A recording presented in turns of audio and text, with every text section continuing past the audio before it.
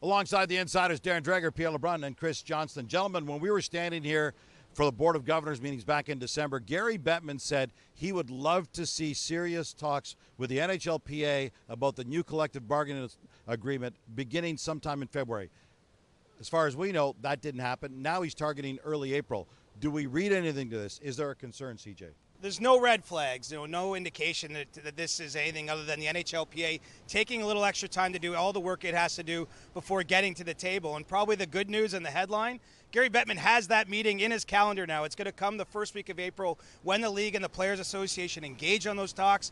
Music to my ears to hear the commissioner say he wants it to happen quickly, he wants it to happen quietly, and he wants it to happen painlessly, because we know the labor history of this league has been difficult. But still, I'd say prevailing positive feelings about these talks, but it's hard to handicap when it might end before they formally get down to business. But we should mention too, they've already been doing lots of work together. The Four Nations Face-Off was a joint event, and so I do think a lot of informal conversations have happened. Yeah, and a reminder to the general managers that the existing CBA is still in place and governs all, right?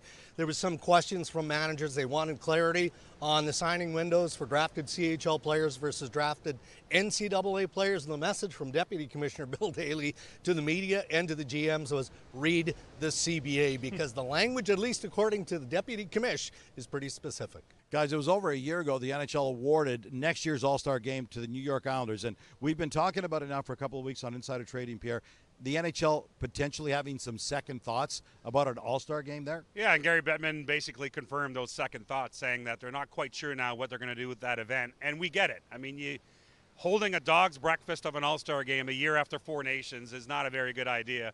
And so they're trying to figure out what to do. There has to be an event for the Islanders, because if for no other reason, the top players in the game are going to New York before getting on a charter to go to the Winter Olympics. So there's going to be something, but they haven't figured out exactly what. It's just not going to be a regular All-Star Game, which frankly is a good decision. Well, and we're a couple months away from the first decentralized draft in the NHL in Los Angeles at the end of June. What the GMs were told here is that the top 50 prospects will go there in person. Each team will be represented by at least one person that they select to have something, but there's a virtual component to this. But what I find interesting is 26 of the teams out of 32 wanted this to happen. It hasn't yet happened, and already there's some second thoughts being had. So this is guaranteed to go ahead this June, but let's see where we're at in the summer in terms of whether it continues moving forward. Here's a format that will not change. It's the playoff format, Gino. We asked Gary Bettman yet again if in CBA talks with the players he would consider going back perhaps to the idea of 1 versus 8, 2 versus 7, which a lot of hockey fans seem to want from our feedback, and a resounding no from the commissioner, who said this is the best playoff format and he does not want to change it. He was definitely animated with that response. Guys, when we were talking here yesterday, we were talking about the push, the hard push, thanks in part to what happened to Tom Fitzgerald's son when he got cut in the throat, to get cut-resistant equipment into the NHL as soon as possible. And shortly after that, Josh Anderson gets into a collision in last night's game with Shane Pinto against the Ottawa Senators. Very, very scary scene. He got a skate in the Achilles. It could have been so much worse, Drake. Well, you're right. A scary scene with a great outcome, but there's a backstory to this. Now, it goes back to Caden Goulet, who suffered the lacerated quadricep in January, and the fact that he needed surgical repair work. And the training staff of the Montreal Canadiens deserves a ton of credit for continuing to push the cut-resistant available product.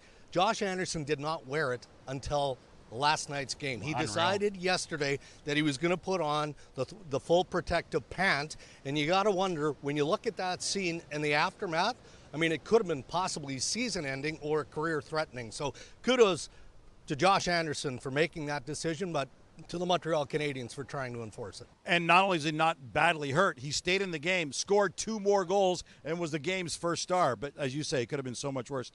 Pierre, speaking of animated responses from Gary Bettman, you asked him again about his future, and do you want to share what he had to say about that? He said, stop trying to kick me out of the league office. He did not want to confirm anything about succession, about his future.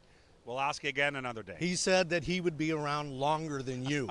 Let's get the story right. Makes me nervous. They are the Insiders, Darren Dreger, Pierre LeBrun, and Chris Johnston.